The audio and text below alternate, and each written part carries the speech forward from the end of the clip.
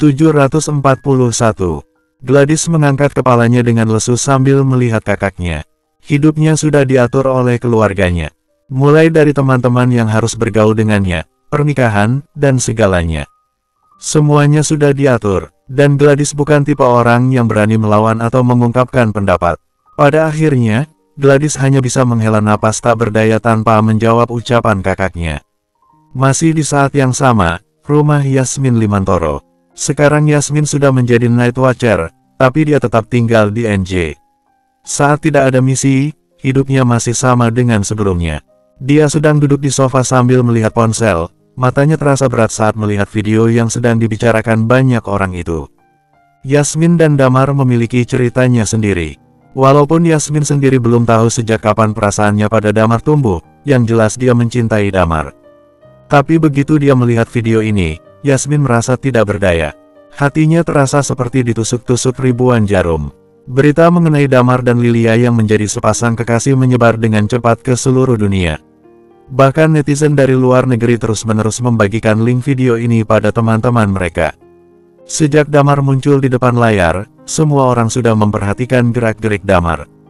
Bahkan ada di antara mereka yang selalu menunggu update terbaru mengenai Damar. Melihat Damar berpacaran dengan Dewi Night Watcher, semua orang membicarakan pasangan baru ini tanpa henti. Di berbagai sosial media, nama Damar trending nomor 1. Damar masih tidak tahu apa-apa. Dia baru saja selesai berbelanja bersama Lilia, kemudian masuk ke dalam mobil dan bergegas ke rumah Om Lilia. Klinik Bina Bangsa adalah nama klinik yang didirikan oleh keluarga Sianturi. Klinik ini sudah beroperasi selama bertahun-tahun. Klinik ini terletak di tepi jalan raya, bangunannya sama dengan klinik-klinik pada umumnya. Damar sampai di pelataran klinik, terlihat orang datang dan pergi. Ada banyak orang yang datang untuk berobat. Kebanyakan mereka yang datang adalah pasien-pasien yang sudah putus asa dengan penyakit mereka dan datang untuk mencari pengobatan tradisional. Setelah nama Lilia mulai terkenal, mereka berencana untuk mendirikan rumah sakit. Dengan sedikit memanfaatkan nama Lilia dan keahlian omnya, pasti rumah sakit ini akan didatangi banyak orang. Saat mereka berdua berhenti di tempat parkir, Damar bertanya dengan wajah cemas, bagaimana kalau kita masuk saat pasiennya sudah sedikit saja? Lilia menatap Damar, lalu tersenyum, apa kamu malu? Aku, malu, aku tidak pernah melihat kata itu di kamus hidupku. Kata Damar sambil melengos. Ya sudah, jawab Lilia, ikut rencanaku. Setelah itu, Lilia mengeluarkan ponselnya. Dia menelepon seseorang. Lilia, kamu sudah sampai? Tanya seseorang dari seberang telepon. Iya, kami parkir di depan, jawab Lilia. Damar sudah ada di sini. Suruh beberapa orang kemari. Oke, aku ke sana sekarang. Telepon dimatikan. Tak berapa lama, seorang pria berusia 30-an memakai jas putih dan kacamata berjalan keluar dari klinik dengan beberapa orang. Lilia yang melihat pria itu langsung turun dari mobil. Dia adalah kakak sepupu Lilia, namanya Raihan Sianturi. Dia juga bekerja di klinik keluarga, tapi dia bertanggung jawab di bidang manajemen dan logistik klinik. Bidang kedokteran juga tergantung pada bakat seseorang, dan Raihan tidak memiliki itu. Jadi dia ditugaskan di manajemen klinik. Setelah Lilia turun dari mobil, dia melihat Damar yang masih memegang kemudi dengan kaku. Lilia memiringkan kepalanya dan bertanya, kamu beneran takut? Aku tidak takut, jawab Damar. Walaupun Damar sedikit gugup, demi harga dirinya, Damar segera turun dari mobil. Raihan berjalan dengan semangat. Dia segera menghampiri Damar dan berkata, Damar, halo, aku Raihan Sianturi. Aku fansmu nomor 1, loh. Lilia melihat kakaknya tidak percaya. Terlihat sekali Raihan sangat senang. Dia menoleh ke arah orang-orang yang ikut bersamanya sambil berkata, kan, aku bilang apa? Kalian masih tidak percaya, sekarang Damar ada di sini. Dia ini adik iparku. Iya aku percaya. Damar, apa aku boleh foto denganmu? Kamu tampan sekali, apalagi tubuhmu sangat atletis. Kalau Damar mendengar pujian itu keluar dari mulut para gadis, mungkin Damar masih bisa tersenyum. Tapi pujian itu diucapkan oleh beberapa pria yang lebih tua darinya. Damar merasa ada yang aneh. Selain Damar, Lilia juga tampak mematung. Tapi dia juga merasa gembira. Meskipun tidak ada orang yang bisa mengambil keputusan menikah atau tidak dengan Damar selain dirinya sendiri, Tapi sejauh yang Lilia lihat, sepertinya kakaknya akan merestui mereka. Boleh, jawab Damar sambil mencoba tersenyum. Beberapa orang mulai berpose di samping Damar bergantian. Setelah sesi foto bersama idola, Raihan segera menyuruh mereka semua mengambil hadiah-hadiah yang diberikan Damar di dalam bagasi mobil. Ada cukup banyak orang di aula klinik. Mereka sedang mengantre untuk melakukan registrasi, ada yang sedang menunggu panggilan, ada yang duduk menebus obat. Lantai pertama adalah klinik kami, dan lantai atas adalah kediaman kami. Aku akan membawamu ke atas saja supaya lebih santai. Di klinik, mulai dari pasien atau para staf, semuanya sedang melihat Damar. Kak, saat ini, tiba-tiba Lilia menyela Raihan. Aku ini adikmu, masih ingat. Sejak keluar dari klinik, Raihan sama sekali belum berbicara dengan adiknya itu. Damar hanya bisa menoleh dengan wajah polos. Lilia yang terkenal dingin saat bertugas di Night Watcher, bahkan semua orang segan padanya. Tapi lihat sekarang, Lilia sedang bertingkah manja seperti seorang bayi. Terlihat jelas sekali betapa eratnya hubungan mereka, walaupun bukan saudara kandung. Tapi Lilia sudah menganggap Raihan seperti kakaknya sendiri. Raihan berdecak kesal sambil berkata, "Alah, kamu kan sudah paham setiap sudut rumah ini. Damar kan orang baru, tentu saja aku harus menyambut dan menjamunya dong. Ayo, Damar, kita naik tangga dulu," kata Raihan tak memedulikan Lilia yang masih cemberut. Hei, Raihan tidak bohong. Itu Damar asli. Mereka semua mulai berbisik sambil melihat Damar dengan wajah keheranan. Raihan terlihat sangat bangga. Sebelum naik tangga, Raihan melihat semua orang sambil berkata, "Semuanya, saya akan memperkenalkan, dia ini adik iparku. Ada Damar, ada Lilia juga." Padahal bukan Raihan yang memiliki prestasi, tapi dia sangat bangga dengan status Damar yang sebentar lagi akan menjadi adik iparnya itu. Setelah perkenalan yang cukup membuat semua orang terkejut, klinik keluarga Sianturi langsung ramai. Banyak orang mulai riuh membicarakan Damar. Seorang pria berusia 60-an mengerutkan kening saat mendengar klinik ramai. Orang-orang mulai mengepung Damar. "Ini Damar asli. Damar, apa aku boleh foto denganmu? Damar, tolong tanda tangani bajuku." Bersambung 742. Di tengah aula klinik yang ramai itu, Raihan dengan tenang berkata, "Jangan khawatir, jangan khawatir. Jangan ribut, ayo baris.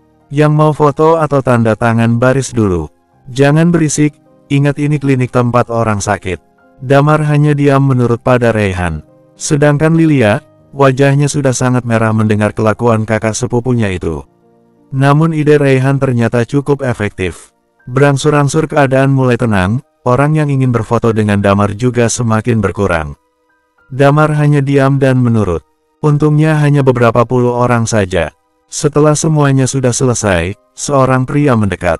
"Ayah," kata Raihan. Rupanya itu adalah ayah Raihan, Bram Sianturi.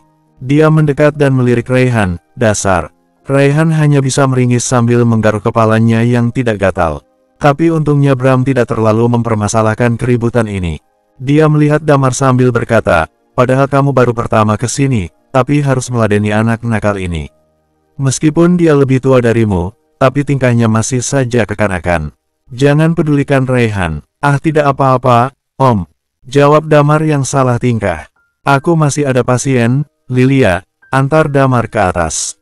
"Lalu, apa kamu tidak ingin turun tangan dan bantu Omu di sini?" tanya Bram sambil tersenyum. "Boleh," jawab Lilia dengan senyum manis. Melihat beberapa orang yang sedang memindahkan barang dari bagasi mobil, Bram bertanya-tanya, "Banyak sekali, apa ini?" Ini ada hadiah kecil yang aku bawa, Om," jawab Damar masih canggung. Sesekali dia memperlihatkan senyum kakunya. Walaupun bukan orang tua kandung Lilia, tapi Damar yang canggung itu semakin takut karena dia sudah membuat keributan. Jadi Damar masih belum bisa santai. "Kamu datang saja sudah cukup Damar. Kenapa sampai repot-repot begini?" kata Bram sambil mengerutkan keningnya. "Bawa ke atas," kata Lilia pada orang-orang itu. "Baiklah, kalau begitu aku pergi dulu," pamit Bram. Tak lama kemudian, mereka sudah berada di lantai atas. Walaupun keluarga Sianturi adalah keluarga yang kaya dan sudah terkenal di bidang medis, apalagi kalau ditambah aset milik Lilia. Mereka bisa disebut keluarga yang kaya dan mapan, tapi mereka hidup sederhana. Saat mereka naik ke lantai atas dan barang-barang sudah diletakkan di ruang tamu, Lilia memandang Damar dan berkata, kalau begitu kamu duduk di sini dulu, tunggu kami. Terserah, kamu bisa nonton TV atau apapun. Aku mau turun bantu omku dulu. Raihan memandang Damar dengan wajah tidak rela harus meninggalkan Damar. Kalau begitu aku juga turun dulu ya. Anggap saja rumah sendiri, santai saja. Damar mengangguk dan menjawab, baiklah. Mereka berdua langsung turun. Damar duduk di sofa sendirian. Padahal tadi dia mendengar suara samar seseorang di lantai atas, tapi sekarang dia tidak melihat siapapun. Damar mengeluarkan ponselnya, sambil menunggu Lilia. Damar berencana untuk main game online. Tapi tiba-tiba ada sepasang mata kecil yang mengintip dari balik pintu. Damar menoleh dan melihat ada gadis kecil yang sedang berdiri memperhatikannya. Setelah melihat Damar menyadari keberadaannya, gadis kecil itu tidak lagi bersembunyi di balik pintu. Dia keluar dan langsung bertanya, apa kamu benar-benar pacaran dengan Kak Lilia? Gadis ini berusia 13 tahun, rambutnya dikuncir kuda. Wajahnya terlihat sangat penasaran menunggu jawaban Damar. Damar mengangguk dan berkata, benar, kamu pasti Debbie, kan? Kok kamu bisa tahu namaku? Tanya Debbie kegirangan. Damar mengangguk dan menjawab, jelas aku tahu, Lilia yang cerita. Debbie terlihat sangat senang, sepertinya karena Damar tahu namanya. Jarak di antara mereka jadi tidak terlihat. Debbie mulai berjalan dan duduk di sebelah Damar. Saat dia melihat banyak tote bag di atas meja, Debbie bertanya, apa ini semua kamu yang bawa? Ada hadiah untukku. Tentu saja. Damar berdiri dan mengambil salah satu tote bag dan mengeluarkan sebuah kotak. Ini hadiah untukmu. Aku memilihnya bersama Lilia. Kami menghabiskan waktu cukup lama supaya kamu puas. Debbie tampak semakin senang. Matanya terlihat berbinar dan segera meraih kotak itu. Saat dia mencoba mengangkat kotak itu, Debbie terkejut karena kotak itu sangat berat. Dia semakin gembira karena membayangkan hadiah apa yang diberikan Damar untuknya. Coba buka, kata Damar sambil tersenyum. Debbie mengangguk setuju. Dia mengambil gunting dan melepaskan pita-pita yang mengikat kotak itu, dan kemudian, Debbie melihat isinya. Wajahnya langsung berubah drastis. Di dalam kotak itu, penuh dengan buku latihan soal. Setidaknya ada 40-an buku. Debbie langsung duduk di sofa. Apa kamu suka hadiahnya? Tanya Damar. Kamu sekarang SMP, kan? Lilia bilang kamu sangat suka belajar. Jadi, kami memutuskan untuk membeli buku-buku ini untukmu. Gila, Debbie memelototi Damar dan berkata, kamu berharap aku mati. Setelah mengatakan hal itu, Debbie mengeluarkan ponselnya dan berkata, ayo kita foto. Damar tidak menolak. Setelah mengambil beberapa foto, Debbie kembali memelototi Damar dan pergi ke kamarnya dengan wajah kesal. Damar menahan tawa. Sebenarnya dia tahu kalau jadinya akan begini, tapi Damar tetap setuju dengan ide Lilia. Damar tersenyum lega. Syukurlah keluarga Om Lilia menerimanya. Mereka terlihat santai dan cepat terbuka dengan Damar yang notabene-nya orang baru. Debbie ada di kamarnya, dia mengirimkan fotonya bersama Damar ke grup pertemanannya. Tak berapa lama, dalam grup WhatsApp teman-temannya jadi menggila. Mereka senang bukan main, ada yang ingin tanda tangan Damar, dan mereka langsung pergi ke rumah Debbie. Debbie terlihat sangat bangga. Sekitar pukul 7 malam, klinik tutup lebih awal. Saat ini, Bram, Lilia, dan Raihan naik ke lantai atas. Duh, maaf ya, Damar, kamu jadi lama menunggu. Kata Bram tak enak hati. Ah tidak apa-apa Om. Apa kalian sudah selesai? Tanya Damar yang langsung berdiri begitu mendengar suara Bram. Iya, sudah, jawab Bram sambil tersenyum. Kemudian dia meninggikan suaranya. Debbie, teman-temanmu sedang menunggu di bawah. Debbie langsung berlari keluar dari kamarnya dan buru-buru turun. Bram tersenyum melihat tingkah putri bungsunya itu. Dasar anak ini. Padahal rencananya aku ingin memasak untukmu. Tapi sepertinya akan lama, dan ini sudah waktunya kita makan malam. Ayo kita pergi makan di luar saja. Aku ganti baju dulu, kata Bram. Baik, Om, jawab Damar sambil tersenyum. Raihan mengedipkan matanya lalu bergegas ke kamarnya untuk berganti pakaian. Melihat mereka berdua pergi, Damar menghela napas dan kembali duduk. Lilia melihat Damar sambil tersenyum puas. Apa? Kenapa kamu lihat aku terus? Tanya Damar yang menyadari tatapan Lilia. Aku tidak pernah melihatmu sekaku ini, jadi... lucu saja, jawab Lilia. Bagaimana? Keluarga Omku cukup seru, kan? Iya, Untungnya mereka semua humble, jawab Damar semangat. Memang, Bram orangnya santai. Raihan juga langsung akrab dengan Damar, Debbie juga terlihat tidak takut dengan Damar. Mereka mudah ramah karena sifat humble itu. Apa kamu sudah memberikan hadiahnya Debbie? Tanya Lilia. Sudah tadi. Kamu harus lihat ekspresinya, jawab Damar sambil tertawa. Tak berapa lama, Raihan dan Bram sudah keluar dari kamar. Dia melihat Damar dan berkata, ayo kita pergi sekarang. Bersambung, 743. Saat Damar dan yang lainnya turun dari lantai atas, Debbie sedang bersama beberapa temannya. Dia yang awalnya masih kesal dengan Damar, segera tersenyum dan berkata, kakak ipar, mereka adalah teman sekelasku. Apa boleh mereka foto denganmu? Damar melihat teman-teman Debbie yang terlihat malu-malu. Boleh, tanya salah satu dari mereka. Boleh, kok, kata Damar sambil tersenyum. Siapa yang mau foto dulu? Seorang gadis mendekat sambil mengangkat tangannya. Aku mau duluan. Setelah itu, gadis itu bertanya pada Damar, bolehkah aku gandeng tangan Kak Damar? Damar mengulurkan tangannya dengan senang hati. Teman Debbie itu tampak sangat senang dan langsung meraih lengan Damar. Lalu dia mulai berpose, terlihat wajah iri dari gadis-gadis lainnya. Selain itu, Lilia juga tampak senang. Lucu sekali melihat wajah kegirangan gadis-gadis ini setelah berfoto dengan Damar. Sejak invasi para ghost, media mulai memberitakan soal Night Watcher. Perlahan-lahan, gadis-gadis yang mengidolakan para idol itu berubah haluan. Tim 11.762 terkenal, dan Damar menjadi salah satu idola para gadis. Setelah Damar berfoto dengan teman-teman Debbie, Bram melihat arloji di tangannya sambil berkata, ayo, kita harus segera pergi makan malam. Debbie segera berkata pada teman-temannya, kalau begitu kalian pulang dulu ya, aku mau makan malam dulu. Terlihat raut wajah kecewa terpancar dari wajah para gadis itu. Mereka iri karena Debbie bisa makan bersama dengan Damar. Mereka segera berpamitan dengan tidak rela pada Damar lalu pergi. Mereka berempat masuk ke dalam mobil. Kali ini Raihan yang bertugas menyetir. Mereka berhenti di sebuah restoran yang tidak terlalu besar dan tenang. Raihan berkata, di sini rasa masakannya selalu sama, enak sekali. Lilia mengangguk dan berkata, ngomong-ngomong, tante di mana? Dia pulang ke rumah ibu mertua, jawab Bram, sepertinya besok baru kembali. Di sela-sela makan malam, mereka mulai bertanya pada Damar.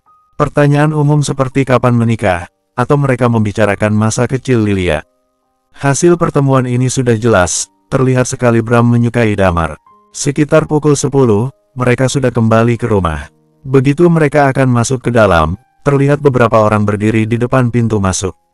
Sial, mereka kesini lagi, kata Raihan dengan kesal. Lilia mengerutkan kening dan bertanya, memangnya siapa mereka? Siapa lagi? Itu orang suruhan seseorang yang ingin mengambil tanah kita, jawab Raihan. Kamu tahu tanah di belakang klinik kan punya kita, awalnya mereka ingin tanah itu. Tapi sekarang mereka malah ingin semuanya. Aku sudah menemui bos mereka, dan menjelaskan kalau tanah itu warisan untuk keluarga kita. Dan lagi, harga yang mereka tawarkan sangat kecil, tentu saja aku menolaknya. Kata Raihan masih dengan raut wajah kesal. Tapi orang-orang gila ini terus bersikeras. Aku sudah membuat laporan ke polisi tapi terus dilempar-lempar, sudah hampir setengah tahun mereka terus seperti ini. Bram mengerutkan kening dan berkata, kenapa kamu menceritakan hal ini? Mereka juga sampai datang ke sekolahku, iya. Kata Debbie. Wajah Lilia tampak berubah, dia melihat Bram dan berkata, Om, kenapa kamu tidak pernah cerita soal masalah ini? Ini, Bram terlihat menundukkan kepala. Kamu sangat sibuk bertarung. Kamu juga pasti lelah, jadi, aku tidak memberitahumu. Dan karena invasi ghost itu, mereka sempat berhenti tapi sekarang mulai lagi. Memang, setelah invasi ghost yang pertama orang-orang akan sibuk menyelamatkan diri. Urusan seperti ini akan mereka tinggalkan. Tapi setelah Night Watcher mengumumkan kalau keadaan akan kembali damai beberapa tahun ke depan, lintah-lintah ini kembali beraksi. Damar menyipitkan matanya dan melihat orang-orang itu. Orang-orang itu menyadari kedatangan mobil mereka dan mulai datang. Sekitar 12 orang sedang berdiri mengelilingi mobil mereka. TIN. Raihan yang sangat marah mulai membunyikan klakson. Di depan kap mobil, berdiri seorang pria parubaya dengan kepala pelontos yang tidak takut sama sekali. Dia berjalan semakin mendekat dan menginjak bagian depan kap mobil dan berkata, "Sudah lama tidak jumpa, Dr. Bram. Aku datang karena kamu sepertinya harus tanda tangan kontrak ini sekarang. Sepertinya akan cepat kalau pakai sedikit cara kasar, ya," kata orang itu sambil memukulkan tongkat bisbol di kap mobil. "Panggil polisi," kata Bram. Damar tersenyum lalu berkata, "Polisi hanya akan meredam tingkah mereka dalam beberapa waktu, setelah itu mereka pasti akan beraksi lagi. Orang-orang seperti mereka ini hanya akan ditahan selama 10 hari, apalagi mereka belum sampai menggunakan kekerasan. Setelah mereka bebas, tentu saja akan mencarimu lagi, Om. Serahkan urusan ini padaku." Damar yang sedang duduk di kursi sebelah Raihan segera turun dari mobil. "Wah, ada yang berani turun, oh." Si botak itu tersenyum meremehkan. "Lebih cepat lebih baik, tidak akan ada yang terluka, dan kalian juga akan dapat uang. Kami juga bisa menyelesaikan tugas lebih cepat. Apa nama perusahaan yang menyuruh kalian?" tanya Damar. "Apa?" Si botak itu tertegun dan menatap Damar tidak percaya. Di saat yang bersamaan, Raihan juga ikut turun dari mobil. Orang-orang yang melihat Damar itu kini menjadi gemetar ketakutan. Damar," kata si botak. "Bagaimana mungkin?" Raihan mencibir mereka. "Hei, botak. Asal kamu tahu ya, Damar ini adik iparku. Sekarang kalian akan habis." Si botak itu terlihat ketakutan, dia sudah melihat sendiri seperti apa kekuatan yang dimiliki Damar. Invasi kedua para Ghost, saat awal-awal Damar menghadang sendirian dengan membekukan musuh seperti patung es. Si botak itu ketakutan akan berubah menjadi es batu seperti para Ghost. Sekarang si botak tidak bisa berbicara dengan lancar. Dia tidak menyangka klinik di pinggiran kota ini bisa memiliki hubungan dengan Damar. Raihan yang merasa keadaan berbalik, segera menunjuk si botak dan berkata, "Kenapa kamu diam? Selama ini kalian semua meneror keluargaku untuk tanda tangan kontrak sialan itu." Di dalam mobil, Lilia tidak bisa menahan tawa saat melihat kakaknya bertindak sok keren. Aku hanya menjalankan perintah saja," jawab si botak terbata-bata. Orang-orang yang berada di belakangnya juga terlihat menciut. "Aku ingin tanya, apa nama perusahaan yang menyuruh kalian?" tanya Damar sekali lagi. "Handi Group," jawab si botak. Damar mengangguk dan berkata, "Oke, kalau begitu urusan ini selesai." Si botak itu tampak bingung. "Tidak pergi." Damar mengangkat alisnya dan memandangi mereka. "Kalau tidak mau pergi berarti kalian mau melawanku." Si botak itu langsung menjawab, "Kami akan pergi. Sekarang kami pergi." Setelah mereka semua pergi, Raihan melihat Damar dengan penuh iri. Beginilah sikap seorang master, hanya berdiri saja sudah ditakuti banyak orang. Hanya menggertak saja sudah bisa membuat preman-preman ini lari ketakutan. "Apa kamu tahu di mana rumah pemilik Handi Group?" tanya Damar. Raihan merasa salah dengar. "Kita tidak bisa menyelesaikan masalah ini kalau tidak mencabutnya dari akar. Mereka hanya orang suruhan, dalangnya harus kita datangi dan meluruskan masalah ini," kata Damar sambil tersenyum pada Raihan. Bersambung 744. Negosiasi. "Aku datang ke sini untuk memperingatkanmu." Ada sekitar rasa gembira yang terlihat di wajah Raihan. Masalah ini sudah menyiksa keluarganya untuk waktu yang lama. Bahkan sebelum para Ghost menyerang bumi, sekarang mereka datang mengganggu keluarganya lagi. Bram yang tidak ingin merepotkan Lilia, justru menyebabkan masalah ini terus berlarut-larut. Tindakan seperti ini tidak 1-2 kali terjadi, sudah sangat sering. Perusahaan yang mau untung akan mendesak pemilik tanah, tak jarang dari mereka yang menggunakan kekerasan. Lilia dan yang lainnya menyusul keluar dari mobil. Dia mendengar percakapan mereka berdua. "Apa ingin aku temani?" "Tidak perlu, kamu di rumah saja, takutnya nanti mereka datang lagi," kata Damar. Lilia mengangguk dan berkata, "Oke." Kemudian Damar kembali menoleh ke Raihan dan berkata, "Kak, apa kamu bisa mengantarku ke kediaman pemilik Handi Group itu?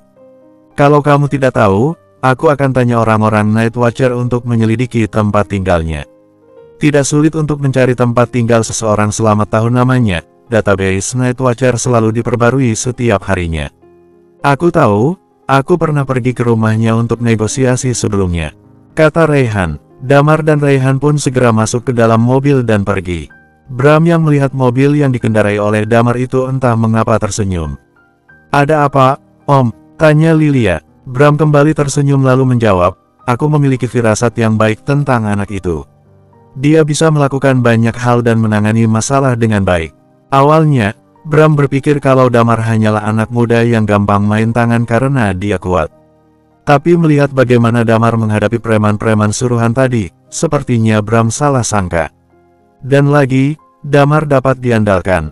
Yah, itu Om belum tahu saja, jawab Lilia. Kalau sedang menghadapi musuh, dia seperti orang gila. Bram menjawab, tapi dia bisa diandalkan. Bagaimanapun, aku cukup puas dengan Damar. Kapan rencanamu menikah dengannya? Lilia tidak langsung menjawab. Sebentar lagi kita akan melakukan misi, mungkin setelah itu, jawab Lilia yang terlihat malu.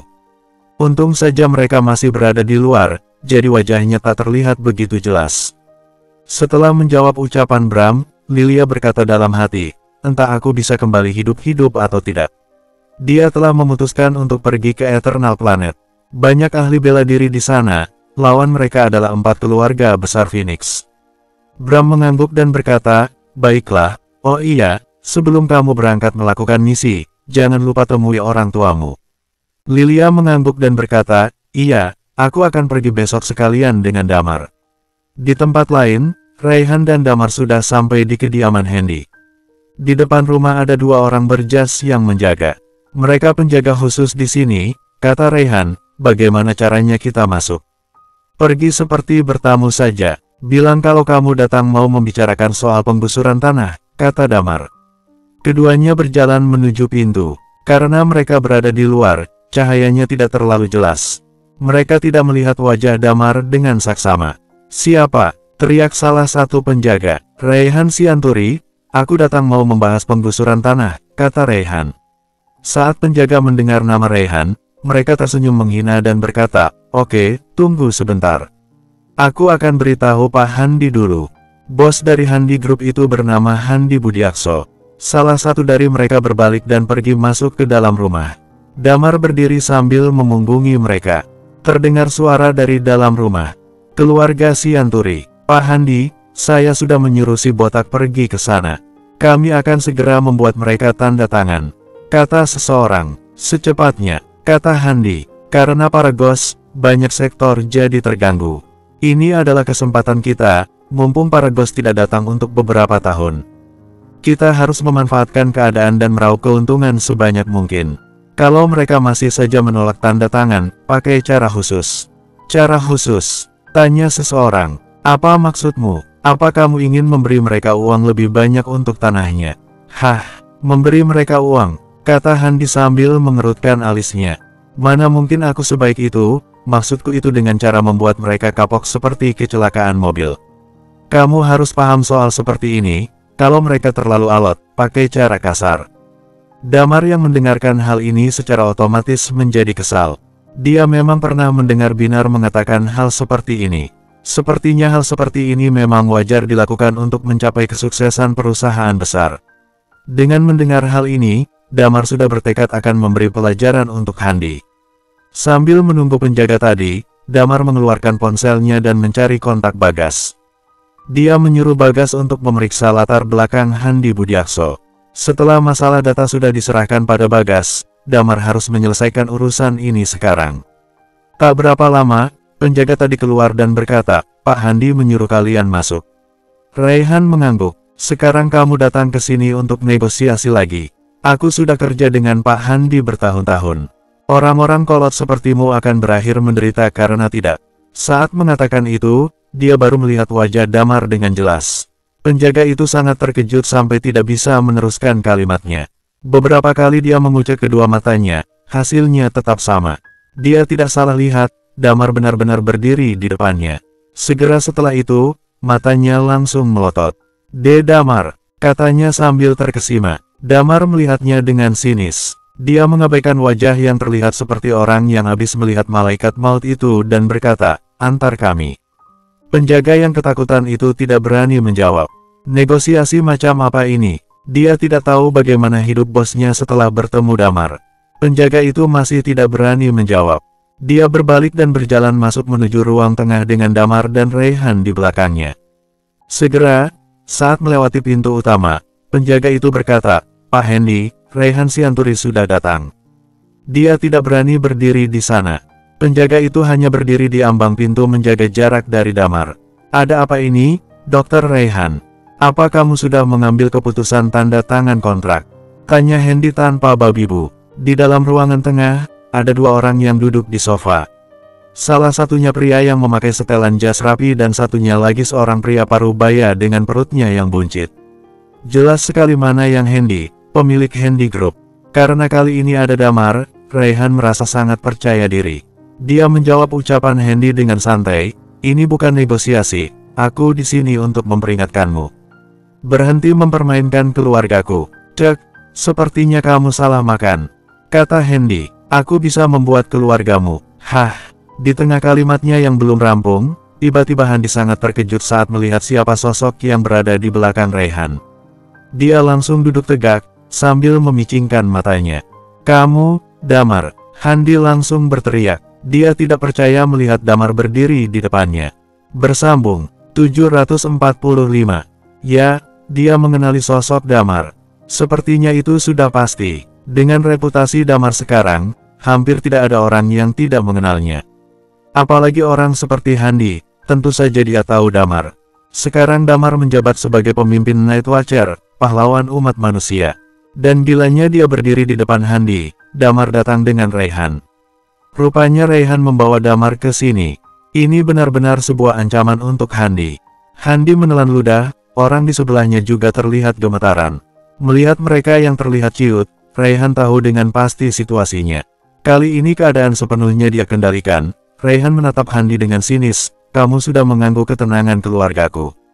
Kami tidak akan pernah menyerahkan tanah itu padamu. Setelah mengatakan itu, Raihan kembali tersenyum. Dia menepuk pundak Damar sambil berkata, hampir saja aku lupa, kenalkan dia Damar, adik iparku. Adik ipar, Hendy melotot tidak percaya. Walaupun hubungan antara Damar dan Lilia sudah menjadi trending topik di mana-mana, tapi Hendy hanya melihat sekilas. Dia tahu nama pacar Damar adalah Lilia Sianturi, seorang dokter andal di Night Watcher.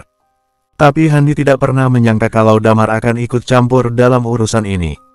Awalnya, Hendy juga ragu saat mendesak keluarga Raihan untuk tanda tangan. Dia takut Lilia akan turun tangan dan mengacaukan rencananya. Di luar dugaan, tidak ada tanda-tanda Lilia ikut campur. Jadi, Hendy terus menekan keluarga Raihan tanpa takut.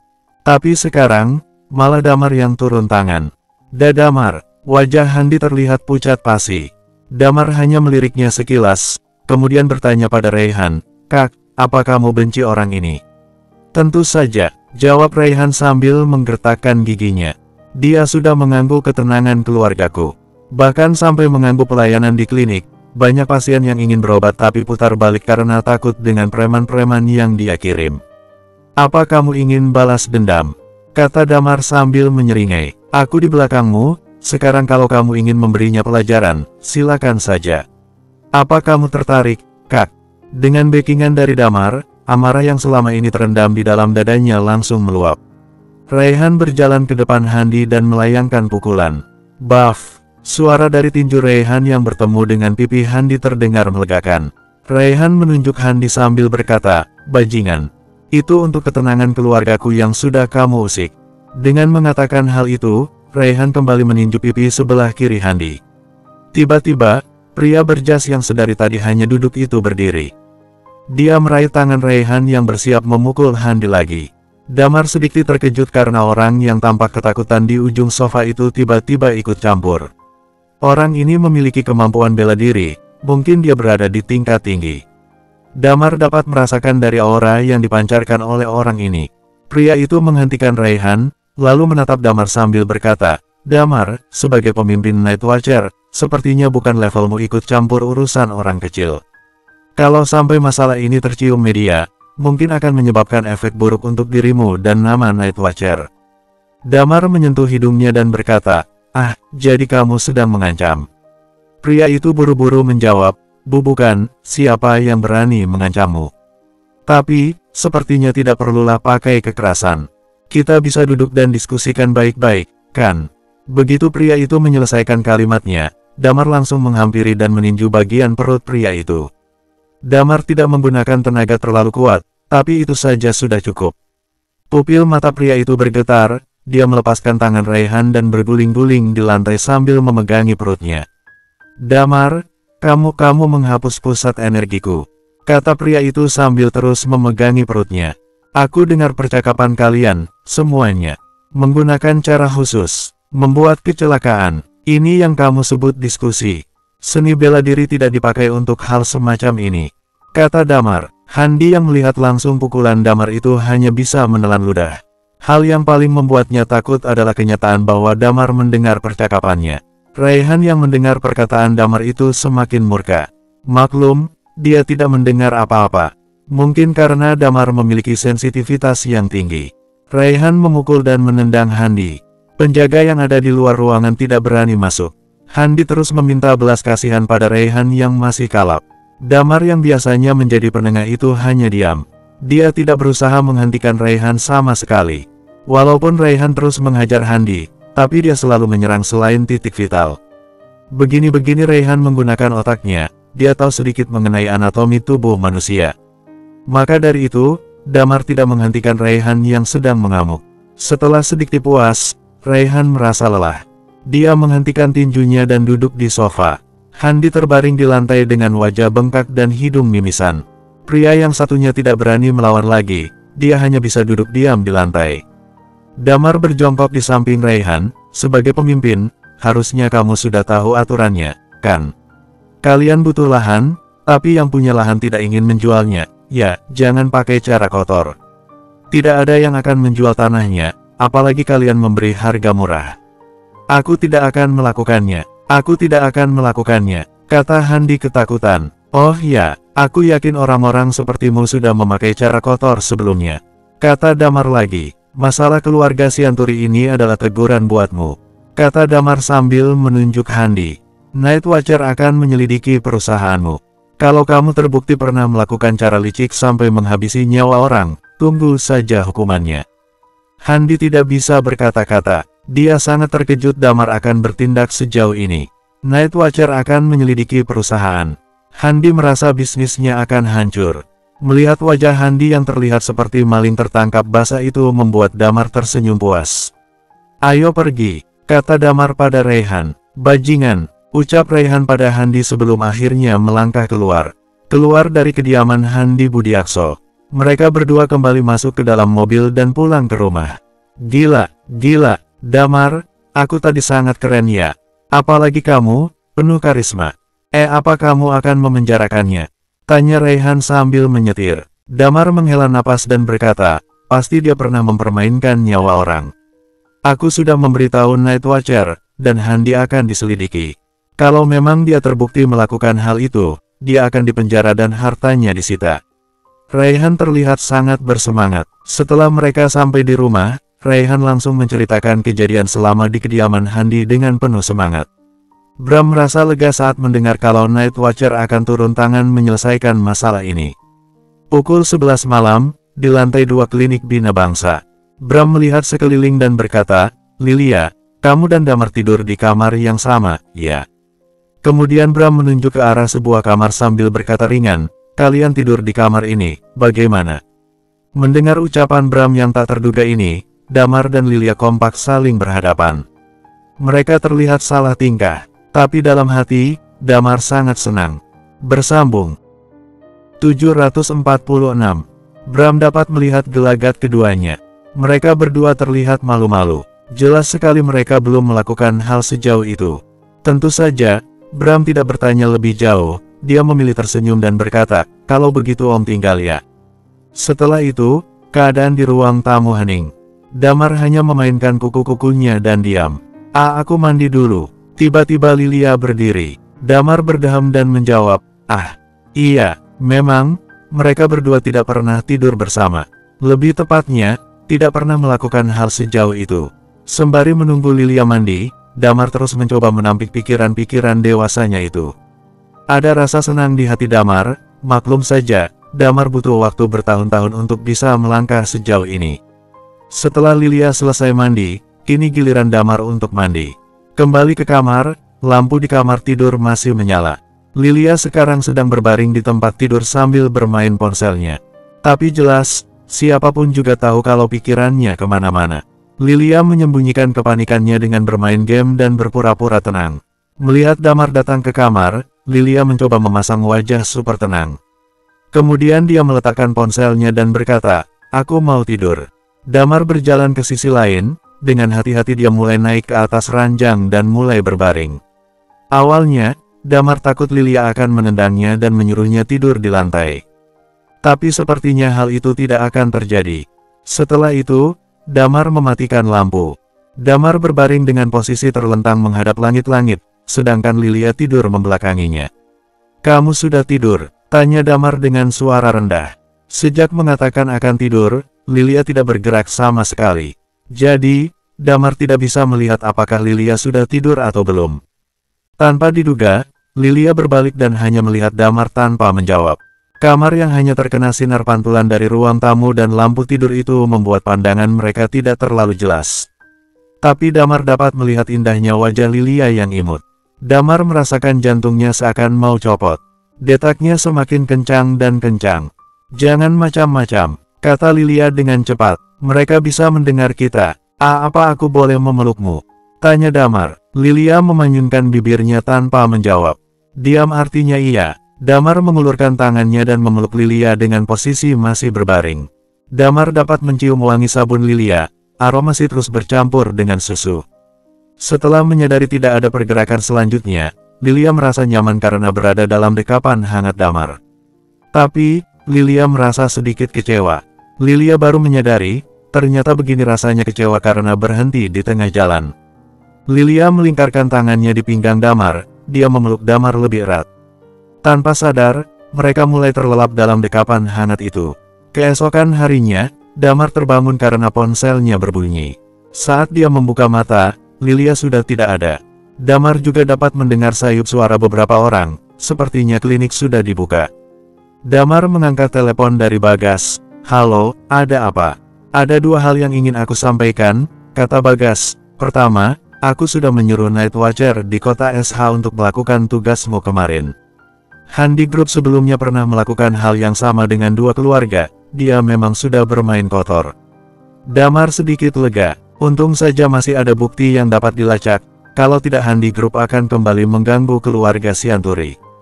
Sekarang proses penangkapan Handi pasti sudah diproses, lalu yang kedua apa? "Yang kedua, sepertinya kamu harus kembali ke markas Night Watcher secepatnya," kata Bagas dengan nada serius. "Apa ada masalah?" tanya Damar keheranan. "Kita bicarakan selanjutnya saat kamu sudah kembali. Selama di Gunung Siwa, aku membawa banyak buku dari sana." Setelah itu para prajurit sudah memeriksa isi buku-buku itu. Ada beberapa orang yang menemukan catatan yang luar biasa. Selain itu, Pak Iman dan Pak Hugo selalu beradu argumen. Mereka masih terus berdebat siapa yang harusnya pergi dengan Madan, kata Bagas sambil tertawa. Damar terdiam, kedua orang tua itu masih saja suka berdebat. Damar tidak tahu sampai kapan mereka akan bertindak kekanak-kanakan begini. "Baiklah, kalau begitu beritahu tim yang lain. Aku sekarang sedang berada di kampung halaman Lilia," kata Damar. "Baik, kalau sampai di sini segera temui Iman ya," kata Bagas. Damar mengiyakan pertanyaan Bagas. "Ya sudah, aku tidak bisa lama-lama teleponnya, masih banyak pekerjaan di sini," kata Bagas lalu menutup telepon. Damar bangun dari ranjang. Setelah mandi, dia berjalan ke ruang tamu. Tapi tidak ada seorang pun di sana. Lantai 2 sangat sepi. Sepertinya Debbie sedang sekolah. Hari ini adalah Senin. Damar turun ke lantai 1 dan melihat Lilia sedang memeriksa pasien.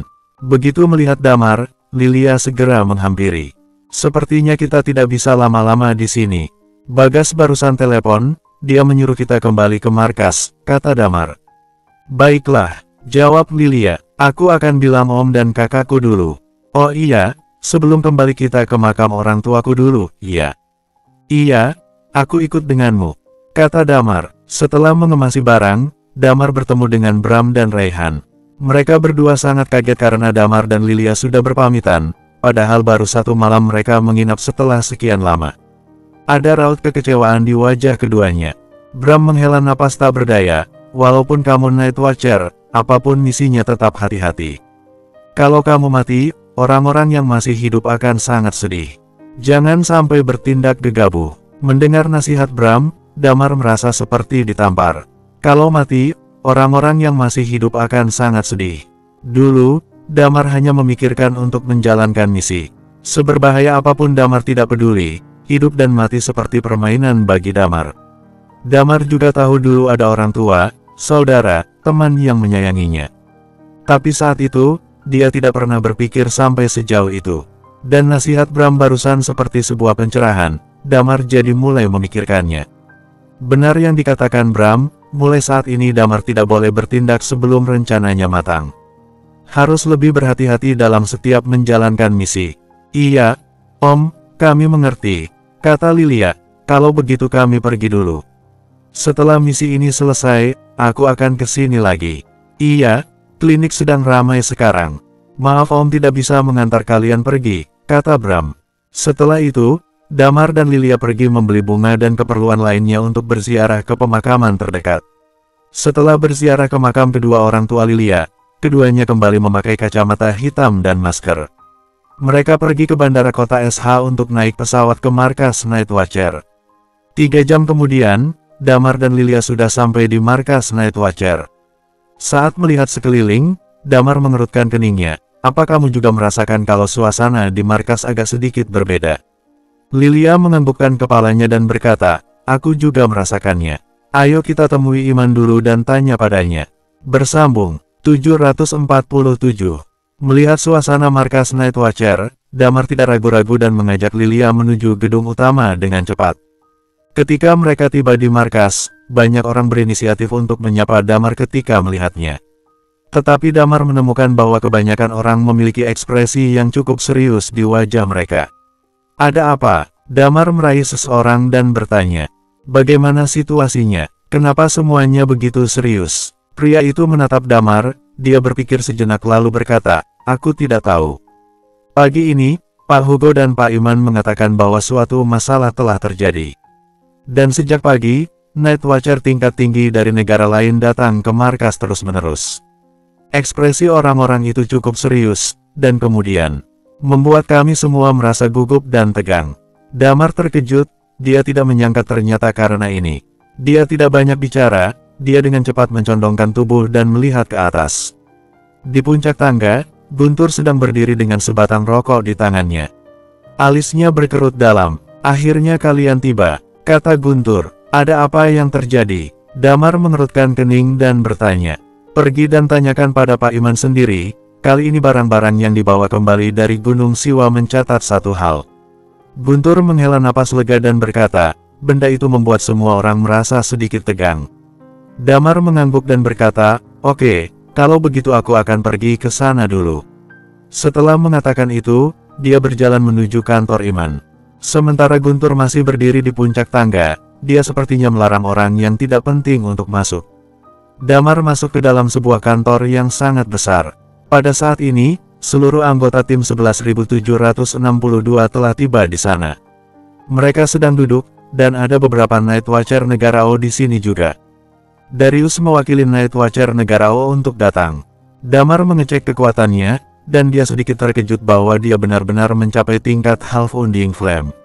Dia tiba-tiba berdiri dan berkata dengan sungguh-sungguh, oke, aku tahu.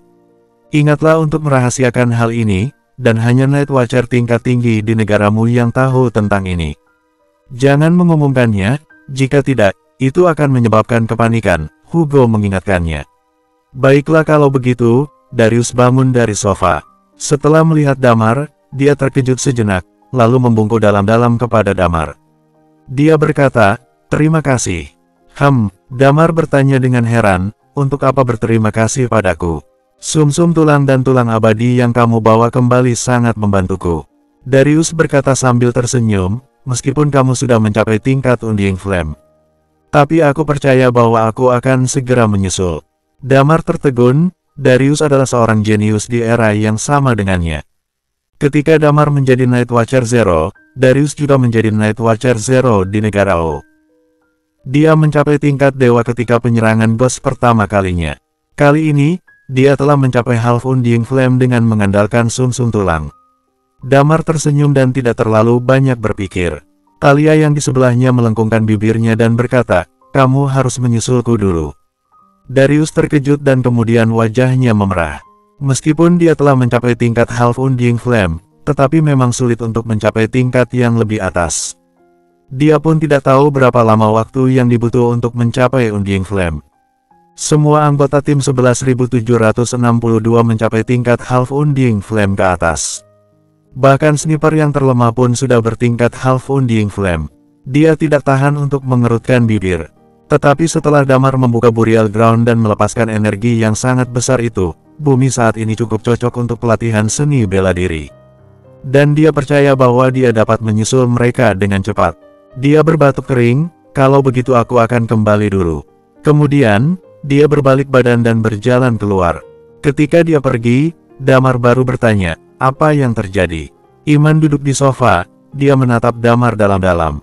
Kemudian dia menjawab, aku khawatir tim kalian benar-benar harus pergi ke Eternal Planet bersama Madan. Ekspresi Damar bergerak sedikit, dan dia bertanya dengan heran, kenapa kamu menyetujuinya tiba-tiba? Dengan karakter Iman yang agak keras kepala, Damar awalnya berpikir bahwa dia harus datang kali ini untuk membujuknya. Tapi Damar tidak menyangka Iman benar-benar berinisiatif untuk membuat permintaan ini. Alisnya segera berkerut dan berkata, maksudmu, seluruh tim kami pergi bersama? Tidak perlu semuanya yang pergi, aku akan mengatur ulang anggotamu. Martin dan Guntur akan bergabung, dan kemudian kamu, Thalia, Dewan, dan Lilia. Berempat ditambah 6 orang pejuang, dan juga Bagas. Hugo berkata lagi, Bagas akan menjadi otak timmu. Bagas tersenyum pada Damar dengan gembira. Tapi ekspresi Damar menjadi lebih serius. Dari konfigurasi seperti itu, dapat dilihat bahwa hal yang terjadi memang serius. Hampir semua generasi muda akan pergi. Bacalah ini. Hugo melemparkan buku kertas craft yang agak lusuh ke Damar. Damar mengambil dan membaca sebaris kata, sejarah. Invasi peradaban. Apakah ini sejarah sebelumnya? Tanya Damar. Ya, ini adalah buku terakhir. Buku ini mencatat kejadian invasi alien pada zaman itu. Hugo berkata, pencatatan sebelumnya adalah tentang peperangan, beberapa kekalahan pertempuran dan lain-lain. Coba kamu membuka halaman terakhirnya. Damar langsung membuka halaman terakhir. Kaisar Vas mengumpulkan para pahlawan dunia di 5 tempat. Di Spirit Mountain, Snow Mountain, Laran Mountain, Sky Pond, dan North Desert. Mereka bertarung dengan para lawan dari Eternal Planet. Setelah mengalahkan musuh, Kaisar Vas, 4 kaisar, dan 36 jenderal menahan sisa musuh dan mengendarai benda terbangnya. Lalu, menuju luar angkasa. Burial Ground telah ditutup, dan hanya orang yang memiliki sumsum naga yang dapat membukanya kembali. Sejak itu, seni bela diri telah layu, sehingga sulit untuk mencapai tingkat Undying Flame. Dan semua kelompok mulai berkembang dari dasar. Para tawanan mengatakan bahwa mereka berasal dari Eternal Planet, dan pihak mereka disebut Hades Palace. Tidak ada yang pernah mendengar nama ini sebelumnya, dan tidak ada yang tidak tahu di mana mereka berada. Kaisar Vas kembali. Dia berkata pada saat kematiannya, saat Burial Ground dibuka kembali, malapetaka akan datang lagi. Generasi mendatang harap berhati-hati. Ketika Damar melihat ini, seluruh badannya tidak tahan untuk gemetar. Dia memandang Hugo dan berkata, jadi, kalau kita membuka Burial Ground sekarang, kelompok yang bernama Hades Palace dari Eternal Planet ini akan menyerang lagi. Ya, Hugo menjawab dengan suara yang rendah, kami sudah bertanya kepada Madan. Dia belum pernah mendengar tentang nama ini. Menurutnya, mungkin nama ini berasal dari 3 planet yang stabil, bukan berada di Eternal Planet. Setelah mengatakan ini, dia merenung sebentar, kemudian berkata, jadi, lebih baik banyak orang yang pergi. Kamu tidak hanya harus menyelesaikan 4 keluarga besar, kamu juga harus menyelidiki Hades Palace ini. Baguslah jika mereka dihancurkan, jika tidak, kamu harus menemukan cara untuk mengetahui detail mereka. Ancaman mereka mungkin lebih besar, kalau dibandingkan dengan 4 keluarga besar. Damar menghela napas dan berkata, dimengerti. Kapan kita akan pergi? Tidak usah cemas. Iman berkata, kamu harus belajar bahasa mereka terlebih dahulu, dan kemudian berangkat setelah kamu mempelajarinya. Ini akan memakan waktu hampir 1 tahun sebelum kamu dapat pergi. Selain itu, kamu harus bergegas berlatih selama setahun ini. Setelah kita membahasnya, kita menentukan waktunya selama setengah tahun. Menurut Madan, kira-kira membutuhkan waktu setengah bulan untuk tiba di tempat mereka. Kalian harus tinggal di sana selama setengah tahun. Sementara itu, carilah informasi apapun yang bisa kamu dapatkan, dan kembali setiap 6 bulan. Hati Damar sedikit tergerak. Waktu setengah bulan dapat diterima, ini berarti bahwa mereka dapat tinggal di bumi selama 5 bulan dari 12 bulan dalam setahun. Ini setara dengan waktu melakukan misi dan kemudian kembali. Jika kalian ada waktu, kalian juga dapat mempelajari lebih banyak tentang gerakan seni bela diri itu. Iman tiba-tiba berkata, sebagian besar dari gerakan seni bela diri mereka lebih baik daripada yang kita gunakan sekarang. Bersambung 748. Damar mengangguk, waktu selama 1 tahun tidak lama, tetapi tidak cepat juga. Dia memandang orang lain, dan yang lain semua tampak sedikit tertekan. Chris, Sally, dan yang lainnya bahkan terlihat tidak bersedia. Bisakah kita tidak pergi? Ugo bertanya dengan ragu-ragu. Seni bela diri dari planet itu makmur, dan tingkat Half Undying Flame sama sekali tidak cukup. Damar dan yang lainnya akan kembali setengah tahun sekali.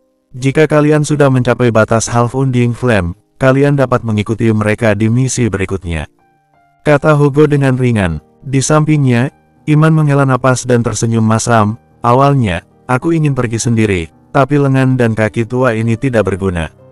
Ya, ketika mengetahui situasinya, akhirnya Iman berkompromi. Dia sudah semakin tua, dan sebenarnya tidak apa-apa jika dia ingin bertarung. Tapi saat bertarung mati-matian, dia harus mengumpulkan informasi lain. Dia memang tidak mampu melakukan itu, dan dia harus mengakui bahwa Damar memiliki kemungkinan keberhasilan jauh lebih tinggi. Dia sudah tua, harusnya menikmati sisa waktunya. Kurasa sudah waktunya bagimu untuk mencari istri. Damar menatapnya sambil tersenyum dan berkata, seharusnya kita bisa melindungi diri sendiri selama setengah tahun. Aku harus berdiskusi dengan Madan tentang bagaimana cara menyelesaikan 4 keluarga besar. Setelah mengatakan ini, alis Damar sedikit berkerut dan dia berkata, selain itu, aku tidak terlalu percaya pada si Madan ini. Aku selalu merasa bahwa dia hanya menggunakan kami. Aku tidak yakin apa yang akan terjadi setelah dia memanfaatkan kami. Dan setelah itu, apakah dia akan mengungkapkan keberadaan kami kepada pasukan lain yang lebih besar? Iman sedikit terkejut, dan kemudian tidak mengatakan apa-apa. Hugo tersenyum sedikit dan menjawab, meski ras kita berbeda, tapi belum tentu dia memiliki hati yang lain. Jika kamu merasa ada sesuatu yang salah saat itu, jangan ragu-ragu untuk menyelesaikannya. Hugo selalu suka membicarakan hal-hal seperti itu sambil tersenyum. Julukan Smiling Buddha memang cocok baginya. Pada saat ini, seseorang tiba di ruangan. Damar ingat bahwa orang ini adalah Night Watcher Super dari negara D. Damar mengerutkan kening dan berkata, bisakah kamu mengadakan konferensi sekaligus? Repot harus menelepon satu per satu. Selama waktu ini, banyak orang yang bertingkat dewa yang tiba di markas Night Watcher.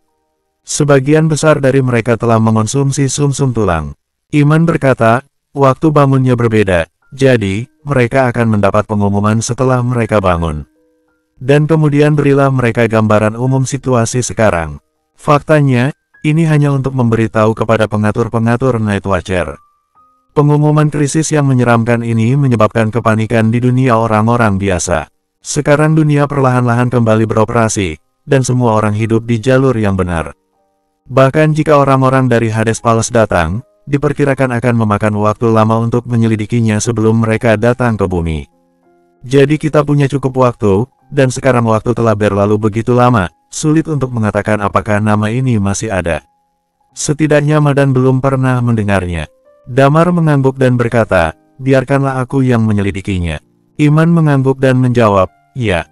Ngomong-ngomong, kami berencana untuk memberikan sumsum tulang kepada orang-orang dari 4 keluarga besar. Pada saat ini, Iman tiba-tiba berkata, walaupun mereka tidak meminta ini, tapi kami berniat untuk melakukannya. Damar tidak menolak, bahkan, kecuali keluarga Yun, Damar percaya pada orang-orang dari 3 keluarga lainnya. Dan ketika kedua kalinya Ghost menyerbu, 4 keluarga inilah kuncinya. Mereka telah menjaga burial ground ini selama bertahun-tahun yang tak terhitung jumlahnya, dan itu sangat berharga. Hanya 4 keluarga ini yang memiliki ratusan orang yang bertingkat dewa.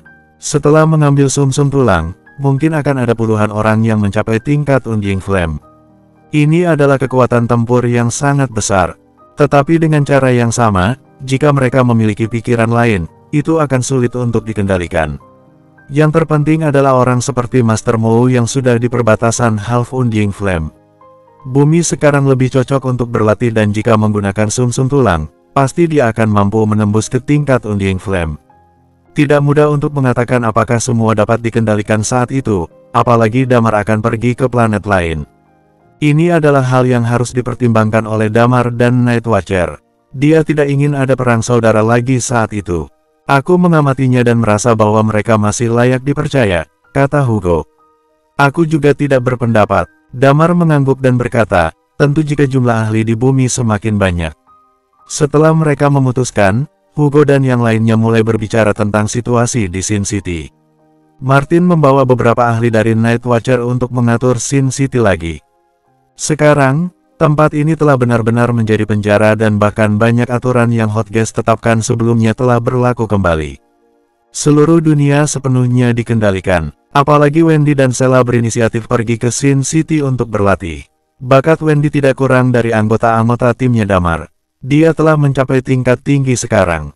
Dari latihannya hingga saat ini, hanya perlu 1 tahun untuk mencapai tingkat itu. Perkembangannya tidak lebih lambat dari Damar dulu. Damar dan yang lainnya tinggal di markas Night Watcher selama sehari. Martin tiba keesokan harinya, setelah Iman menceritakan situasinya, dia pergi untuk mengambil sumsum tulangnya sendiri dan mengonsumsinya.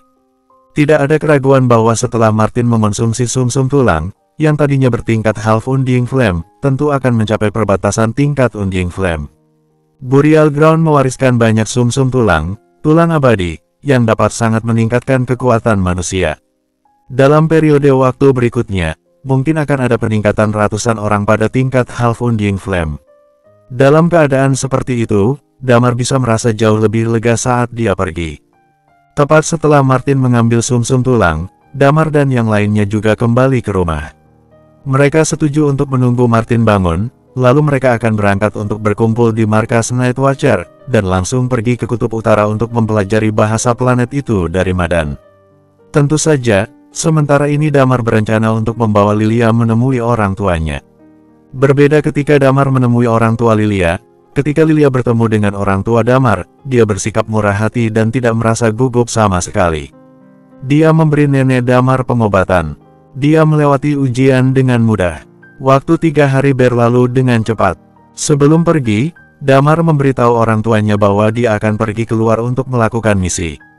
Dan dia akan kembali dari waktu ke waktu, supaya orang tuanya tidak khawatir dan fokus bekerja. Masalah ini, anggota-anggota keluarga Damar sudah mulai terbiasa. 3 hari kemudian, Damar dan yang lainnya tiba di Kutub Utara. Masih sangat panas di dalam gua, Damar dan lain berjalan masuk ke dalam. Madan sedang duduk di dalam, lalu dia menatap mereka dan menunjukkan senyuman. Selamat datang, Madan berkata sambil tersenyum ketika dia melihat 7 orang itu. Seharusnya tidak sulit untuk menguasai suatu bahasa dalam waktu 1 tahun. Tidak masalah. Damar meletakkan barang-barang mereka, dan kemudian memandang Madan dan bertanya, kamu benar-benar tidak tahu tentang Hades Palace. Madan menggelengkan kepalanya dan menjawabnya, menurut catatan, aku tidak tahu sudah berapa lama berlalu. Mungkin nama ini seharusnya sudah mati dalam sejarah sejak lama. Damar mengerutkan kening dan bertanya lagi, lalu apa rencanamu setelah pergi ke sana? Bagaimana cara menghadapi 4 keluarga besar di kota Phoenix? Madan menghela napas dan berkata, rencanaku tentu saja adalah untuk membunuh mereka. Secara frontal, kita pasti tidak bisa melakukannya. Jumlah mereka yang bertingkat Undying Flame terlalu banyak. Seharusnya Iman sudah memberitahu kalian untuk pergi ke sana 1 tahun sekali selama setengah tahun. Aku mencoba untuk menghilangkan ahli-ahli dari mereka sebanyak mungkin. Damar mengangguk dan berkata, aku mengerti. Selain itu, selain mengajari kalian bahasa planet itu, aku juga akan memberitahumu beberapa aturan dunia itu selama tahun ini. Tentu saja, kamu harus mengalaminya sebelum kamu memahaminya, kata Madan. Damar mengangguk, dia meletakkan barang-barangnya, lalu duduk di situ. Dia berkata, kalau begitu, ayo mulai saja. Bersambung. 749. Musim semi telah berlalu dan musim gugur telah tiba. 1 tahun ini telah berlalu dengan tenang. Tahun ini hampir merupakan tahun tersantai bagi Damar sejak memasuki Night Watcher. Dia dapat pulang sebulan sekali, dan sebagian besar waktunya berada di Kutub Utara. untuk belajar bahasa Eternal Planet dan mencoba beberapa upaya dasar. Dia memiliki konsep tertentu dalam pikirannya untuk Eternal Planet. Selain itu, dia juga berlatih beberapa gerakan seni bela diri. Tentu saja, Damar tidak belajar banyak gerakan. Dia sekarang memiliki Dragon Blade, dan totalnya ada 3 jurus terkuat. Dia juga mempelajari serangkaian gerakan yang lebih kuat dari keluarga Mou. Rekan-rekannya pun belajar banyak. Dia awalnya berencana untuk mengajari yang lain teknik Dragon Blade, tapi yang mengejutkannya adalah latihan seperti ini tidak cocok bagi mereka. Setelah 1 tahun, mereka bertujuh sudah hampir menguasai bahasa planet itu. Setidaknya tidak ada masalah dengan komunikasi normal atau membaca teks. Beberapa orang yang sudah mencapai perbatasan Half Undying Flame, terutama Guntur, dia terus berlatih dengan gila. Tetapi tidak ada yang melewati tingkat ini. Ini terlalu sulit. Damar mampu melampauinya karena berada pada momen kritis. Dia dapat menerobos dalam kondisi mati atau hidup. Masih terlalu sulit bagi orang lain untuk mencapai tingkat ini. Dan Ghost tetap mendarat selama 1 tahun ini, tetapi jumlahnya memang jauh lebih sedikit. Namun kualitasnya telah meningkat pesat. Sebagian besar Red Ghost telah tiba di sini. Kemajuan manusia tidak seperti pada awalnya. Sebagian besar orang telah meningkat dalam kecepatan seni bela diri dalam 1 tahun ini. Dan era di mana semua orang berlatih seni bela diri memang telah datang. Banyak sekolah seni bela diri mulai membentuk perusahaan skala besar dan berhasil membuka saham. Masing-masing dari 4 keluarga besar juga dimulai mendirikan berbagai sekolah seni bela diri. Sekolah seni bela diri mereka telah merekrut banyak murid dalam 1 tahun, dan mereka telah memperoleh pijakan yang kuat di dunia biasa ini. Ada 6 orang di tingkat Undying Flame di bumi saat ini, Master Mou, Hosea, Master Min, dan Jusman. Mereka semua telah mencapai tingkat Undying Flame. Tetapi Wallace tidak, dia mengambil jalan yang sama dengan Iman. Dia mengandalkan pelatihannya sendiri. Sejak invasi Ghost kedua, setelah Night Watcher mengambil alih Sin City, dia kembali ke kota NJ. Dan Eden menetap di Sin City setelah kembali dari perjalanan. Menurut pernyataannya sendiri, dia sedang melakukan penebusan dosa. Seluruh dunia kembali beroperasi normal. Yang paling menarik perhatian Damar adalah fakta bahwa Hugo belum membunuh Dr. T. Pusat energinya pecah dan dipenjara olehnya. Hugo selalu merasa bahwa orang ini berbakat dan ingin dia terlibat dalam penelitian ilmiah. Semuanya berjalan dengan tenang, dan seluruh dunia tidak berbeda dari sebelumnya. Kecuali bahwa sebagian besar platform siaran langsung sudah mulai menyiarkan seni bela diri, dan popularitasnya sangat tinggi. Idol masih ada dan juga konsernya, bisnisnya pun masih berjalan. Dan hampir tidak ada berita Damar di internet selama tahun ini. Perlahan-lahan, orang-orang tampaknya telah melupakan bahaya yang ditimbulkan oleh 2 kali invasi. Semua orang juga hidup dalam damai. Yang paling penting adalah bahwa dengan 2 kali invasi Ghost, manusia tampaknya mulai bersatu. Dunia tampaknya benar-benar damai, dan hubungan antara Damar dan Lilia juga menjadi semakin stabil. Mereka melewati periode malu dan aneh pada awalnya, karena sudah kenal lama, hubungan mereka semakin akrab. Setiap kali Damar pulang, Lilia akan mengikuti Damar kembali ke rumahnya. Hubungan Lilia dengan keluarganya juga relatif stabil. Suatu hari di kota LH, Damar dan Lilia berjalan keluar dari Jalan Permata Timur nomor 69. Ketika mereka tiba di pintu, Damar berkata, "Tidak perlu mengantarku lagi. Misi ini akan memakan waktu lama. Aku khawatir sepertinya aku akan kembali lagi setelah 6 bulan. Yang penting, perhatikan keselamatan dan hubungi kami saat kamu kembali," Maya berkata dengan sedikit khawatir. Setiap kali Damar berpamitan untuk melakukan misi, meskipun dia sudah terbiasa, tetapi dia masih sedikit khawatir dalam hatinya. Dan kali ini, waktu misinya sangat lama. Damar tidak memberitahu mereka bahwa tempat tujuan misi tidak lagi di dunia ini. Dia tidak jujur karena dia takut orang tuanya tidak akan bisa tidur sama sekali. Setelah berpisah dengan orang tuanya, Lily dan seorang pria mengendarai mobil untuk mengantar Damar dan Lilia. "Damar, kakak ipar, apa misi yang kamu lakukan kali ini? Kenapa harus memakan waktu lebih dari setengah tahun?" Lily bertanya sambil duduk di samping kursi pengemudi. Pengemudinya adalah seorang pemuda yang seumuran dengan Damar. Dia bernama Desmond, yang merupakan pacar Lily. Damar tidak memperkenalkan rekan dari Night Watcher kepada Lily sebagai pacarnya. Tetapi Lily bertemu dengan Desmond yang bekerja di Navis Group. Ketika mereka berdua sedang dalam perjalanan bisnis, mereka menemukan bahwa mereka cukup cocok. Desmond adalah orang yang sangat jujur. Dia melakukan segalanya dengan rendah hati. Keluarga Lily lumayan puas dengan pacar barunya ini. Dia tidak ikut berbicara, dan tetap mengemudikan mobil dengan tenang. Damar tersenyum sedikit dan menjawab, Night Watcher memiliki otoritas dan rahasia tertinggi. Tidak lebih dari 10 orang yang mengetahui misi ini di dunia. Apakah kamu yakin ingin tahu? Kalau begitu jangan katakan itu. Lily menjulurkan lidahnya, lalu berbatuk kering. Kalau begitu, kamu harus segera kembali. Aku telah berdiskusi dengan Desmond, dan kami berencana untuk menikah ketika kamu kembali. Hah? Damar menatapnya dengan heran dan bertanya, kenapa kalian begitu cepat? Bukannya kami yang cepat, tapi kamu dan Lilia yang terlalu lambat. Kalian sudah bersama selama setahun, dan masih belum menikah sampai sekarang, Lily bergumam. Lilia tersenyum dan berkata padanya, setelah misi selesai, jika berjalan dengan baik, kita akan menikah bersama. Oke, mata Lily berbinar dan berkata, aku khawatir para ahli dari seluruh dunia akan datang saat itu, pasti akan ramai sekali. Kalau kami ingin menikah dengan cara yang sederhana. Lily berkata sambil tersenyum, ajak saja beberapa teman Night Watcher negara H. Saat kedua gadis itu berbicara, mereka tampak bersemangat. Mereka mulai mendiskusikan detail pernikahan dan pernikahan seperti apa yang akan dirancang. Damar tidak bisa ikut berdiskusi dan hanya duduk di samping.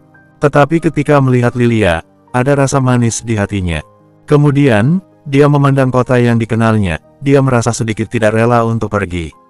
Kali ini, tidak hanya meninggalkan kota LH, tetapi dia harus meninggalkan planet ini. Mereka berencana mengambil mesin terbang Ghost, dan Madan yang mengemudikan benda itu. Dia tidak tahu apakah dia bisa kembali dengan selamat, jadi dia sedikit tidak rela. Mereka segera tiba di bandara, dan tujuan mereka adalah pusat penelitian Night Watcher di kota YZ. Setelah sebagian besar mesin terbang direbut, semuanya dikirim ke sini untuk penelitian. Ketika mereka tiba di bandara, Damar dan Lilia mengenakan masker dan kacamata hitam. Dan mereka berjalan keluar dari mobil sambil membawa kotak senjata di punggung mereka. Kamu harus kembali dengan selamat, kata Lily. Kemudian dia berbalik badan dan melihat Guntur, Talia, dan Martin sedang berjalan. Mereka bertiga datang dari markas bersama. Di tempat sedikit lebih jauh, Bagas mengucapkan selamat tinggal kepada orang tuanya. Dewan memeluk Ana di pintu, dia mengatakan sesuatu di telinganya, mata Dewan sedikit lembab. Perut Ana semakin besar, dia sedang hamil dan sudah lebih dari 5 bulan. Ketika Ana memberitahu Dewan sebelumnya, Dewan berlari beberapa putaran di kutub utara dengan penuh semangat. Dan kali ini, dia ditakdirkan untuk tidak melihat anaknya lahir. Damar menghela napas dan berkata dalam hatinya, setelah setengah tahun, aku akan mengirim kalian semua kembali dengan selamat. Aku berjanji. Dia mengucapkan selamat tinggal pada Lily, dan kemudian bergabung dengan teman-temannya. Sekelompok orang mengikuti Damar dan berjalan ke bandara. Adelio si pengemudi sudah menunggu mereka. 2 jam kemudian, di pusat penelitian ilmiah kota YZ, Damar dan 7 orang lainnya berjalan turun dari bus, dan cahaya ungu melintas di langit. Madan, sudah sampai di sini. Bersambung, 750. Purple Ghost jatuh dari langit. Selama setahun, kekuatan utama Departemen Penelitian Ilmiah Night Watcher telah berada di Gunung Siwa. Tapi kali ini, semuanya telah kembali, termasuk kakek Anita. Tujuan mereka kembali hanya untuk melihat penerbangan Damar dan rekan-rekannya. Bagi para peneliti ilmiah, perkembangan industri kedirgantaraan memang cukup terbatas. Dan bumi masih belum bisa melakukan hal-hal seperti perjalanan angkasa. Yang manusia dapat lakukan sekarang hanya mendarat di bulan dan kembali dengan selamat. Yang paling membuat mereka frustrasi adalah bahwa mesin terbang Ghost dapat melakukan perjalanan angkasa. Setelah bertahun-tahun, banyak mesin terbang Ghost telah dikirim. Dulunya adalah reruntuhan, tetapi sekarang sudah ada yang utuh. Tetapi mereka menemukan bahwa, ketika benda-benda ini diberikan kepada mereka, mereka tidak memahaminya. Karena ini adalah kesenjangan teknologi yang sangat besar antara kedua dunia. Bumi tidak memiliki teori ini, maka mereka harus mengeksplorasi dan merangkumnya sendiri. Mereka bahkan tidak bisa mengemudikan mesin terbang Ghost. Purple Ghost itu jatuh di sisi Damar. Setelah jatuh, Damar baru menemukan bahwa Madan memiliki 2 tas cukup besar di tangannya. Apa isi dalam tas itu? Damar mengerutkan kening dan bertanya. Madan berbatuk kering, aku sudah terbiasa dengan makanan di bumi. Aku menyiapkan bumbu, acar, dan sejenisnya. 2 tas ini seharusnya cukup untuk kita selama setengah tahun. Apakah masakan di sana buruk? Thalia mengerutkan kening dan bertanya. Sebagai seorang pecinta makan, dia tidak hanya makan banyak. Dan, dia sedikit pilih-pilih. Ini bukan masalah masakan buruk atau tidak. Alasan utamanya adalah cita rasanya yang berbeda. Meskipun dunia sana berkembang dengan pesat, namun tidak memiliki banyak penelitian tentang bumbu. Bagaimanapun, di sana sering terjadi perang sepanjang tahun, Madan menjelaskannya sambil tersenyum. Thalia mengerutkan bibirnya, bahkan dia sendiri juga membawa 2 kotak berisi makanan ringan. Tapi kata-kata Madan membuatnya merasa bahwa dia seharusnya membawa lebih. Jangan khawatir, Madan berkata sambil tersenyum, bukankah masakan Martin sangat enak? Di sana ada lebih banyak daging daripada di bumi, dan ada juga banyak sayuran dan buah-buahan. Dengan bumbu-bumbu ini, kita bisa makan dengan baik. Martin adalah salah satu koki terbaik di seluruh dunia. Restoran Three Combination yang dia buka telah menarik banyak langganan orang kaya. Keterampilan memasaknya memang cukup mengesankan. Setelah mendengar apa yang dikatakan Madan, Martin tidak banyak bicara dan hanya mengangguk. Selama setahun ini, Damar dan yang lainnya memiliki tahun terbaik dalam hal makan. Martin selalu memasak untuk mereka selama periode pembelajaran bahasa di Kutub Utara. Sehingga selera mereka perlahan-lahan meninggi. Tentu saja, Lilia juga tertarik tentang kuliner, dan penampilan masaknya telah meningkat pesat setahun ini. Selama percakapan, mereka sudah memasuki Departemen Penelitian Ilmiah. Di dalam, Anita mengerutkan bibir dan menatap Damar dan Lilia. 1 tahun kemudian, dia menerima kenyataan ini. Sebenarnya, dia tidak mempunyai perasaan yang dalam pada Damar, melainkan semacam obsesi. Hal semacam ini dapat dengan mudah dilepaskan. Sebaliknya, Padesta memelototi Damar dan berkata, ikut denganku. Mereka membawa Damar ke arah belakang, dan sebuah tempat terbuka besar ada di belakang Departemen Penelitian Ilmiah. Ada lusinan mesin terbang di situ, dan sebagian besar mesin-mesin ini merupakan mesin terbang jenis pesawat ulang-alik. Yang terbesar terlihat sebesar 2 villa, dengan 2 atau 3 lantai. Selain itu, ada yang berbentuk piring, seperti piring terbang. Tidak ada yang tahu itu terbuat dari bahan apa, benda itu ditangkap di Gunung Siwa sebelumnya. Aku akan memilih, kata Madan. Badan bos raksasa itu berjalan ke lapangan, dan mulai memilih pesawat satu persatu. Ketua, pada saat ini, seseorang tiba-tiba memanggil. Damar melihat ke belakang dan menemukan bahwa Chris, Raisa, Pugu, Wadi, dan Sally berlari menuju ke arahnya. Setelah melihat kelima orang itu, Damar sedikit terkejut. Chris bergegas ke sisi Damar. Dia langsung memeluk Damar, dan matanya sedikit merah. Dia berkata, Ketua, kalian harus kembali dengan selamat. Kenapa kamu di sini? Damar tersenyum dan memeluknya. Dengan sedikit senyum di wajahnya, dia berkata lagi, ternyata kamu ada sedikit kemajuan dalam setahun terakhir. Aku akan mencapai Half Undying Flame dengan sesegera mungkin, dan aku akan ikut denganmu pada misi berikutnya. Chris mengertakkan gigi dan berkata, bakatnya tidak buruk, dia merupakan terbaik kedua setelah Damar. Tetapi dia biasanya sedikit santai, dan dia tidak begitu keras dalam seni bela diri. Baru-baru ini, lingkungan bumi secara bertahap menjadi cocok untuk seni bela diri. Dan dia merasakan celahnya dengan orang yang lebih hebat, dia tentu mulai bekerja lebih keras. Damar mengangguk. Yang ini saja. Pada saat ini, Madan di kejauhan melambai ke Damar dan yang lainnya, dan berjalan ke depan pesawat terbesar. Damar menghela napas, lalu melepaskan Chris dan membalasnya, kita akan pergi sekarang. Raisa berjalan di depan Damar, lalu tersenyum sedikit, kalian harus kembali dengan selamat. Setelah kamu kembali, aku berharap bahwa aku dapat mencicipi anggur pernikahanmu dengan Dr. Lilia. Itu sudah pasti, aku sudah berdiskusi dengan Lilia, kita akan menikah ketika aku kembali. Dan lain kali kita pergi keluar, itu akan menjadi perjalanan bulan madu kita.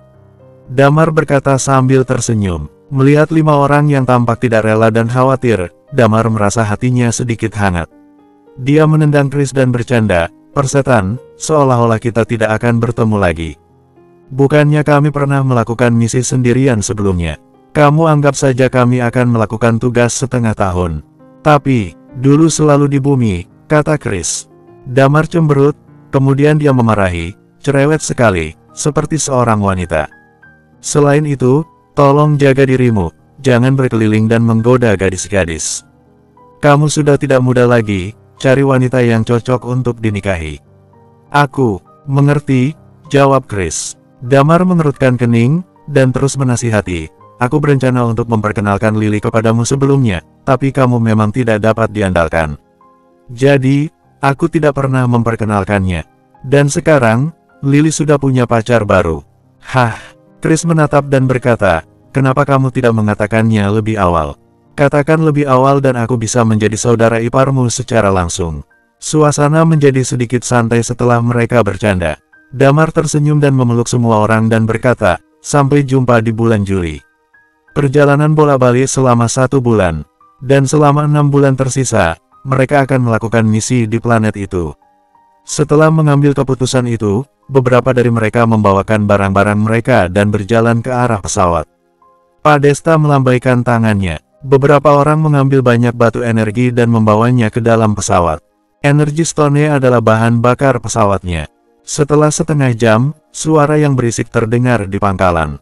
Kemudian, sebuah pesawat besar perlahan-lahan menyemburkan api. Pesawat tersebut melayang dari tanah, kemudian terangkat ke langit, sampai akhirnya menghilang di atas awan. Kalian harus kembali dengan selamat. Chris bergumam di bawah. Bersambung.